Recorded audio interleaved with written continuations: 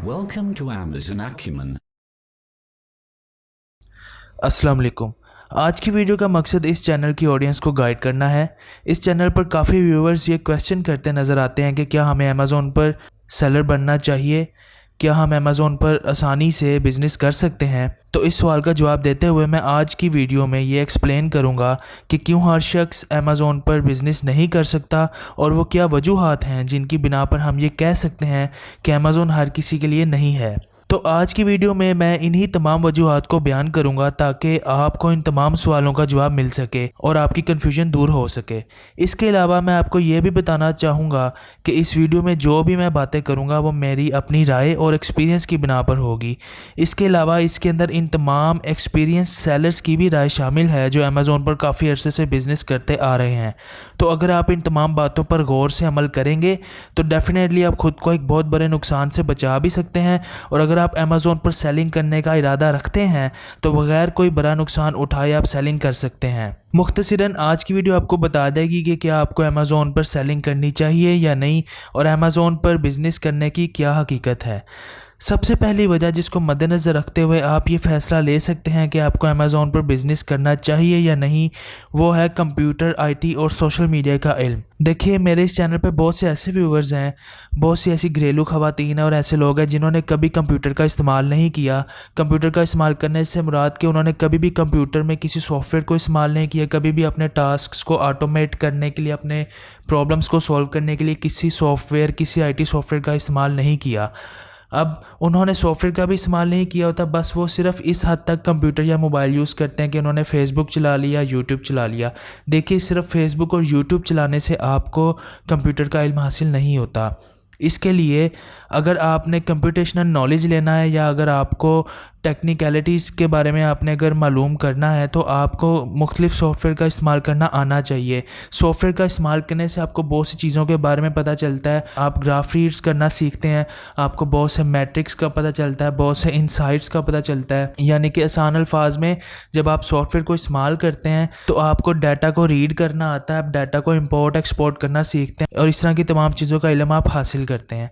इसके अलावा आपको यह भी मालूम होना चाहिए कि सोशल मीडिया पे हम किस तरीके से अपनी चीज़ों को, अपनी प्रोडक्ट को, अपनी वीडियोस को एडवर्टाइज कर सकते हैं, पूरी दुनिया में लोगों तक पहुंचा सकते हैं, और किस तरीके से सोशल मीडिया प्लेटफॉर्म्स हमें चार्ज करते हैं जब हम अपनी किसी भी चीज़ को एडवर्टाइज करें। क्योंकि जब आप कल को अमेज़ोन पे सेलिंग करेंगे, आपको अमेज़ोन पे अपनी प्रोडक्ट्स को बूस्ट देने के लिए, अपनी सेल्स इंक्रीज़ करने के लिए, अपनी कन्वर्जन्स लेने के लिए आपको मुख्तलिफ सोशल मीडिया प्लेटफॉर्म्स का सहारा लेना पड़ेगा। आपको गूगल एडवर्ड्स का भी सहारा लेना पड़ेगा, पिंटरेस्ट का भी आप सहारा लेंगे, फेसबुक, इंस्टाग्राम, इन तमाम प्लेटफॉर्म्स पे आप अपनी प्रोडक्ट्स को एडवर्टाइज़ कर सकते हैं ताकि आपकी सेल्स इंक्रीज़ हों। तो आपको इन चीज़ों का बेसिक नॉलेज होगा तभी आप एक्सेल कर सकते हैं। तो पहली तो रीज़न ये है जिससे आप ये चीज़ असेस कर सकते हैं कि आपको अमेज़ोन पे बिज़नेस करना चाहिए या नहीं। इसके बाद दूसरी चीज़ है, वो है ई कॉमर्स की अंडरस्टैंडिंग। देखिए, आपके पास ई कॉमर्स की बेसिक अंडरस्टैंडिंग होना बहुत ज़रूरी है। हाँ, अगर तो आप पाकिस्तान में रहते हुए दराज.pk या और भी बहुत से ऑनलाइन प्लेटफॉर्म्स पे शॉपिंग करते रहते हैं, आप चीज़ें मंगवाते रहते हैं, या अगर आपने कभी सेलिंग की भी है थोड़े अरसे के लिए, तो आपको बेसिक अंडरस्टैंडिंग होगी। अगर आपको ये अंडरस्टैंडिंग है तो फिर आप अमेज़ोन पे आइए। लेकिन अगर आपने कभी भी ऑनलाइन कोई चीज़ परचेज़ नहीं की, कभी कोई चीज़ बाय नहीं की, आपको ये नहीं पता कि ऑनलाइन जब हम कोई भी चीज़ खरीदते हैं तो उसमें पेमेंट मेथड कौन से होते हैं और किस तरीके से हमारी ट्रांजैक्शंस होती हैं, किस तरीके से एक सेलर अपने पैसे विड्रा कर सकता है किसी भी ऑनलाइन प्लेटफॉर्म, किसी भी ऑनलाइन ई कॉमर्स प्लेटफॉर्म से, किस तरीके से कस्टमर्स अपने कार्ड के ज़रिए पेमेंट करते हैं, तो आपके लिए काफ़ी मुश्किल हो जाएगा अमेज़ोन पे एक सेलर बनना। उसके बाद थर्ड रीज़न है, वो है मार्केट सैचुरेशन। ये एक बहुत इंपॉर्टेंट पॉइंट है। इस पॉइंट को बहुत से लोग मिस कर देते हैं जब उन्होंने अमेज़ोन पे अपनी सेलिंग जर्नी का आगाज़ करना होता है। आप देखेंगे आजकल बहुत से ऐसे ई कॉमर्स एजेंसीज़ हैं पाकिस्तान में खुल चुकी हैं जिन्होंने यूट्यूब पर हज़ारों सैकड़ों वीडियोस लगाई हुई हैं, सक्सेस स्टोरीज़ लगाई हुई हैं, लेकिन उन सक्सेस स्टोरीज़ में से आधे से ज़्यादा ऐसी हैं जो फेक हैं, जो फैब्रिकेटेड हैं, जो सिर्फ इसलिए लगाई हैं ताकि वो तमाम एजेंसियाँ अपने कस्टमर्स को, अपने स्टूडेंट्स को घेर सकें और उनसे फीसिस ले सकें।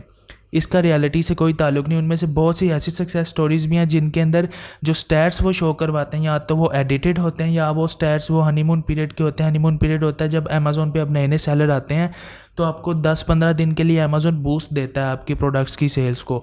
तो वो उसके स्टैट शो करवा के आपको ये दिखा देते हैं कि जी बहुत सक्सेसफुल सेलर है, लेकिन रियलिटी का पता आपको तब चलता है जब आप अमेज़ोन पे ज़्यादा देर के लिए सेलिंग करते हैं। तो अगर तो आप उन तमाम वीडियोस को देख के ये डिसीजन ले रहे हैं ना कि मुझे अमेज़ोन पे सेलिंग कर लेनी चाहिए, it's a quick rich scheme, मैं आसानी से अमेज़ोन पे आके अमीर हो जाऊंगा, तो आप बिल्कुल गलत सोच रहे हैं। क्योंकि आजकल मार्केट बहुत सैचुरेट हो चुकी है। हाँ, आज से 10-15 साल पहले 2011 में 2012 में जब सेलर्स थे जिन लोगों ने अमेज़ोन पे सेलिंग करने का डिसीजन लिया, तब उन्होंने बहुत फ़ायदा उठाया इस प्लेटफॉर्म से। इस बात से तो आप आशना होंगे ही कि जब भी कोई नई चीज़ आती है, उसके अंदर जब भी कोई नई चीज़ इंट्रोड्यूस होती है दुनिया में, उस फील्ड के अंदर या उस प्लेटफॉर्म में जोन से शुरू के लोग होते हैं, शुरू के नए सेलर्स होते हैं, नए लोग जब उसमें हिस्सा लेते हैं तो वो ज़्यादा बेनिफिट उठाते हैं। क्योंकि उस पर्टिकुलर प्लेटफॉर्म ने अपने कंटेंट को एडवर्टाइज़ करना होता है, अपने कंटेंट को प्रमोट करना होता है, ज़्यादातर लोगों तक पहुंचाना होता है। तो जो लोग शुरू के हिस्सेदार होते हैं उनको ज़्यादा बेनिफिट होता है।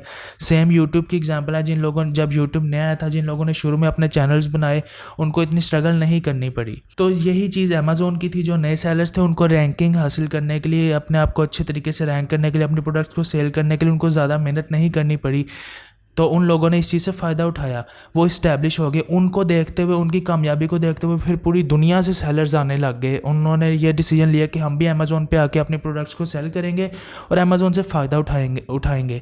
लेकिन जब जब पूरी दुनिया से सेलर्स आए तो मार्केट में सैचुरेशन होगी, कंपटीशन बढ़ गया। एक प्रोडक्ट को 10-10, 20-20, 50-50 सेलर्स सेल करने लग गए।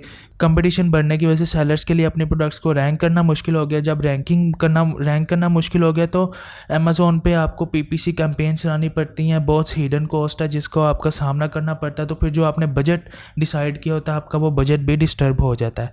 तो थर्ड फैक्टर बहुत इंपॉर्टेंट है, आपने इस फैक्टर को मद्देनज़र रखते हुए ही सेलिंग का डिसीजन लेना है। फोर्थ फैक्टर है, वहाँ उसमें आ जाती है हिडन कॉस्ट। देखिए, जब आप अमेज़ोन पे सेलिंग का डिसीजन लेते हैं ना, या आप जो आजकल so called e commerce agencies हैं, उनमें से बहुत सी ऐसे हैं जो आपको बुक नॉलेज दे रहे हैं, जो बुक्स में लिखा हुआ है या बिल्कुल जो थ्योरेटिकल नॉलेज है। लेकिन जब आप रियलिटी में सेलिंग करेंगे तो आपको बहुत सी हिडन कॉस्ट का पता चलेगा। देखिए, अगर आप एक ऐसे सेलर हैं जो पाकिस्तान से अपने प्रोडक्ट्स को सेल करना चाह रहा है, तो आपको इस चीज़ को मद्देनज़र रखना होगा कि जब आप पाकिस्तान से सेलिंग करेंगे, आप अपनी प्रोडक्ट्स को चाइना से सोर्स करेंगे, उनको आप शिप करेंगे यूएसए या यूके या जिस भी मार्केट प्लेस में आप सेल करना चाह रहे हैं, वहाँ पे आपकी प्रोडक्ट्स जाएंगी। वहाँ पे फिर आप एक टेम्परेरी वेयर हाउस रखेंगे जहाँ पे आप अपनी ज़्यादा बल्क में इन्वेंट्री को स्टोर करवाएंगे। उसमें से फिर कुछ यूनिट्स आप अमेज़ोन के एफपी वेयर हाउस में स्टोर करवाएंगे। आपको उस टेम्परेरी वेयर हाउस की भी कॉस्ट देनी पड़ेगी, अमेज़ोन के वेयर हाउस पे भी आपको स्टोरेज कॉस्ट देनी पड़ेगी। स्टोरेज के बाद pick, pack and shipping cost भी अमेज़ोन आपसे लेता है। जब अमेज़ोन ने ही आपकी प्रोडक्ट्स को कस्टमर तक पहुँचाना है, तो ऑब्वियसली जो भी अमेज़ोन आपकी प्रोडक्ट्स को पैक करेगा, पिक करेगा और फिर शिप करेगा कस्टमर्स तक, उसकी कॉस्ट आपको लगेगी। और इसके अलावा जब आपकी इन्वेंट्री ज़्यादा देर के लिए अमेज़ोन के एफबी वेयर हाउस में पड़ी रहती है, उसके बाद अमेज़ोन आपसे पेनल्टी चार्जेस भी लेता है। अमेज़ोन आपको जो पहले से चार्जेस ले रहा है, उसके अलावा आपको पेनल्टी भी पड़ती है। आपका अमेज़ोन को पेनल्टी चार्जेस भी पे करने पड़ते हैं। मिसाल के तौर पर आपकी इन्वेंट्री 1 साल तक पड़ी रही है, उसमें से कुछ यूनिट ऐसे हैं जो 1 साल से भी ज़्यादा अरसे तक के लिए पड़े रहे हैं, तो आपको अमेज़ोन को उसके भी चार्जेस पे करने पड़ेंगे।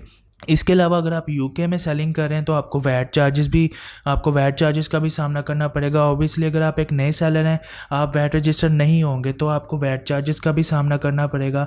इसके अलावा जब आप अमेज़ोन पे सेलिंग करने लगते हैं तो 1-2 महीने बाद ऐसी सिचुएशन आप लाजमी आ जाती है कि आपको पीपीसी कैंपेन्स का सहारा लेना पड़ता है। अगर आपको पीपीसी के बारे में नहीं पता तो मेरे इस चैनल पर पीपीसी की प्लेलिस्ट है, उस प्लेलिस्ट को एक्सेस करके आप देख सकते हैं कि पीपीसी क्या है। तो पीपीसी के ज़रिए आप अपनी प्रोडक्ट्स को एडवर्टाइज़ करते हैं अमेज़ोन के प्लेटफॉर्म पे, ताकि आपकी प्रोडक्ट्स जो हैं वो ऐड के तौर पर कस्टमर्स को शो हों और आपकी सेल्स बने, आपको कन्वर्जन्स मिलें। जब आपकी प्रोडक्ट्स एडवर्टाइज होती हैं तो ऑटोमेटिकली जितने आपने ज़्यादा बिडिंग की होती है उतनी टॉप पे आपकी प्रोडक्ट का ऐड शो होता है और कस्टमर्स आपकी प्रोडक्ट बाय करते हैं। उसमें भी आपको अमेज़ोन को पे करना पड़ता है। अगर आप उन पीपीसी कैंपेन्स का सहारा नहीं लेंगे, आप अमेज़ोन पे सेलिंग नहीं कर सकते। हाँ, पहले जिस तरह मैंने आपको एक्सप्लेन किया कि आज से 10-15 साल पहले ऐसा था कि इतना ज़्यादा नहीं था पीपीसी पीपीसी का असर और रसूख, लेकिन आजकल अगर आपने कम्पीट करना है मार्केट में, आपने अपने प्रोडक्ट्स को सेल करना है, तो आपको पीपीसी कैंपेन्स का सहारा लेना पड़ेगा। तो ये वो तमाम हिडन कॉस्ट हैं जो एक सेलर को एक्सपीरियंस करनी पड़ती हैं,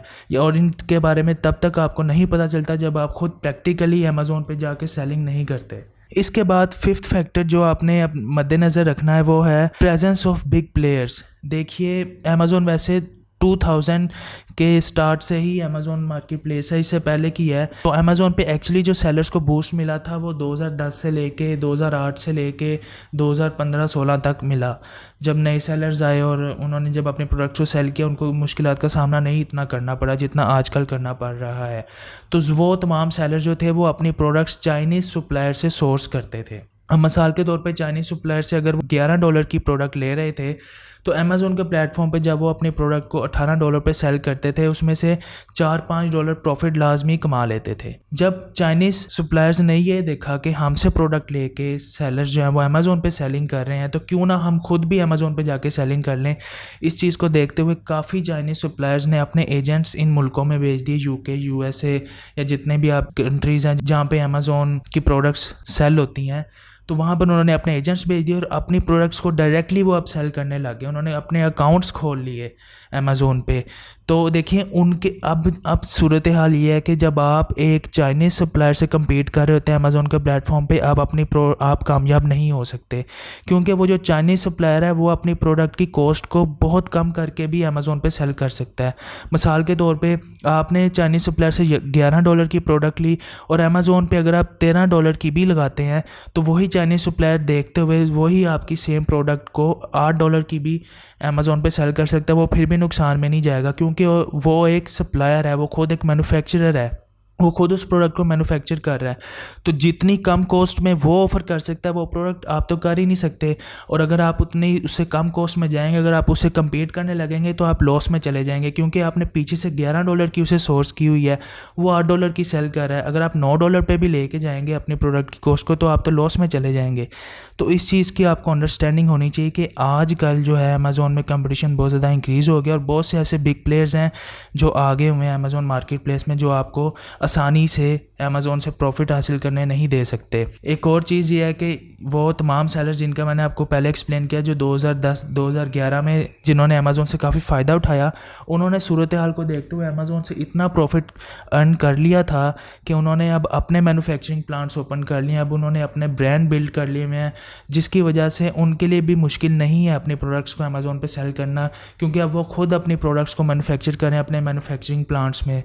तो अगर आप उनसे भी कम्पीट करेंगे तो आपको इन तमाम मुश्किलात का सामना करना पड़ेगा। तो ये डिसीजन लेने से पहले कि आपने अमेज़ोन पे सेलिंग करनी है कि नहीं, आपको प्रॉपर वर्किंग करनी चाहिए। आपको देखना चाहिए कि उस प्रोडक्ट में कंपटीशन कहीं ज़्यादा तो नहीं है, कहीं ज़्यादातर बिग प्लेयर्स तो नहीं आए हुए, और आपने ये भी देखना है कि उस पर्टिकुलर प्रोडक्ट की कॉस्ट कहीं इतनी कम तो नहीं कि अगर मैं चाइना से सोर्स करूंगा तो कहीं मैं ज़्यादा नुकसान में ना चला जाऊं, जब मैं बाद में सेल करने लगूं तो मुझे उसकी प्राइस बहुत ज़्यादा नीचे करनी पड़े। आपको ये देखना है कि उसके अंदर ज़्यादातर प्राइस फ्लक्चुएशन ना हो। इसके बाद जो लास्ट रीज़न है जो बहुत इंपॉर्टेंट है वो ये है कि आपके पास एक बैकअप प्लान होना चाहिए। आपके पास कम से कम इतने फंड्स ज़रूर मौजूद होने चाहिए कि खुदा न खास्ता अगर आप पहली ट्राई में फ़ेल होते हैं तो आप दूसरी दफ़ा कामयाब हो सकें। इसके लिए मैं आपको एक मिसाल देता हूँ कि मुझसे बहुत से ऐसे लोग मिलते हैं, बहुत सी ऐसी मेरी ऑडियंस है जिन्होंने अपनी ज़िंदगी की जमा पूंजी जमा की होती है, मिसाल के तौर पर 30 लाख 40 लाख, बड़ी मुश्किलों से उन्होंने 10-20 साल लगा के ये पैसे जमा किए होते हैं। वो ये डिसीजन ले लेते हैं इन ई कॉमर्स एजेंसीज़ की वीडियोस को देख के, वो ये डिसीजन ले लेते हैं कि हम वन गो में ही ये 20 से 30-40 लाख जो है ना वो हम अमेज़ोन पे लगा दें और अमेज़ोन पे बिज़नेस कर ले और हम कामयाब हो जाएंगे। देखिए ऐसा नहीं होता। अगर आप आज के दौर में अमेज़ोन पे सेलिंग करने के लिए जाएंगे तो 70 से 80% चांसेस है कि आप फेल हो सकते हैं। तो अगर तो आपके पास पैसे ही इतने हैं 30 से 40 लाख, तो मैं आपको ये रिकमेंड करूँगा आप अभी अमेज़ोन में ना आए।